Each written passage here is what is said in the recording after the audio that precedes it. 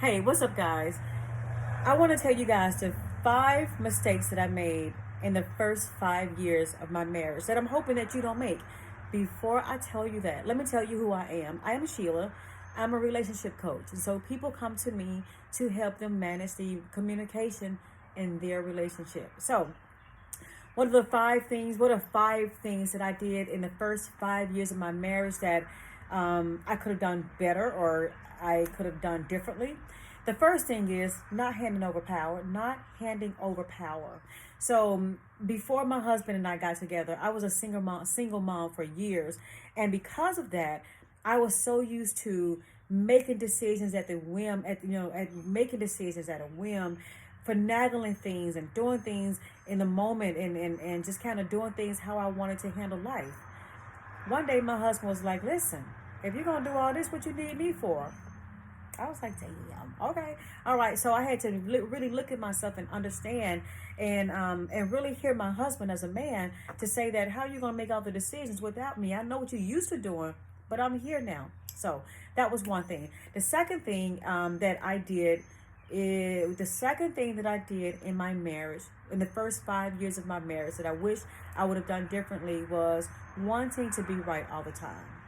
So I can remember many times wanting to be right and just keep going over and over until, we just sometimes, I feel like there wasn't a complete, like we didn't complete our decision or whatever the outcome, whatever the disagreement was, because I was so busy trying to be right versus trying to make sure that we both had an outcome that would work for us both, or at least come to an agreement. Some things you just can't agree on everything, and so at least come to a place that we would just disagree today to disagree with that. But anyway, wanting to be right all the time, it doesn't work in a marriage. I'm just telling you right now, or in a relationship, girlfriends, mother child, or father child, whatever. It just doesn't work all the time. The third thing is not choosing my battles. So we've heard this many times before in our I was going to say in our communities. I'm not sure. I can only tell you what I know. My parents tell me all the time. My mom was always say, choose your battles, choose your battle.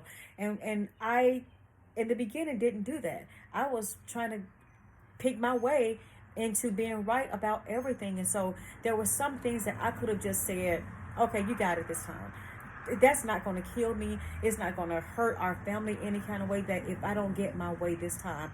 And so I really wish that if I had known better back then, that I would have just selected the better battles and not cause for a fuss all the time. It's just not necessary. Okay, now what is the fourth thing that I should have done differently or wish I could have done differently in the first 5 years of my marriage is I almost left my husband. About 2 years into our marriage, we got into this really heated discussion. I'm writing a book on that. You'll see it. But we got into this really this heated discussion, and I remember saying to myself, like, in the morning, I'm out of here. And I would say that quite often, that when we get into an argument, I would always say, you know what, I don't have to deal with this. I'm going to leave. I'm going to leave. And the truth is, if I hadn't left, I wouldn't be 10 years deep into a relationship, into a marriage that is wonderful, to a guy who is just a blessing to be in his presence with. Like, I would have left all of that, and somebody else would be enjoying his company, enjoying everything that he has to offer. No, ma'am, you're not getting mine, because he mine. I love him, right? All right. So the fifth thing that I would have done differently within the first 5 years of my marriage, if I had known better, was to seek help. Simply seek some conversation with someone who knows more than I do. I would have sought out someone who could give me some advice and who would have told me all of these other things. You don't have to be right all the time. Hand over power. All of these things that I didn't know that I was doing. And it would have just saved a lot of time.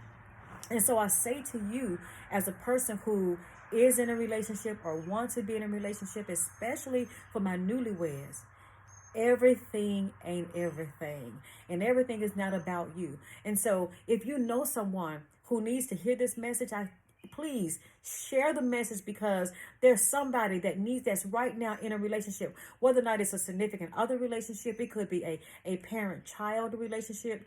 It could be a relationship between siblings, between friends. But someone needs to hear this, that everything ain't everything, and everything ain't about you. In a relationship, it takes two people to understand a few things, that understand that you don't have to be the power over all of the decisions. That in a friendship, in a relationship, even as a parent child, there's sometimes that we learn so many things from our children that you got to understand.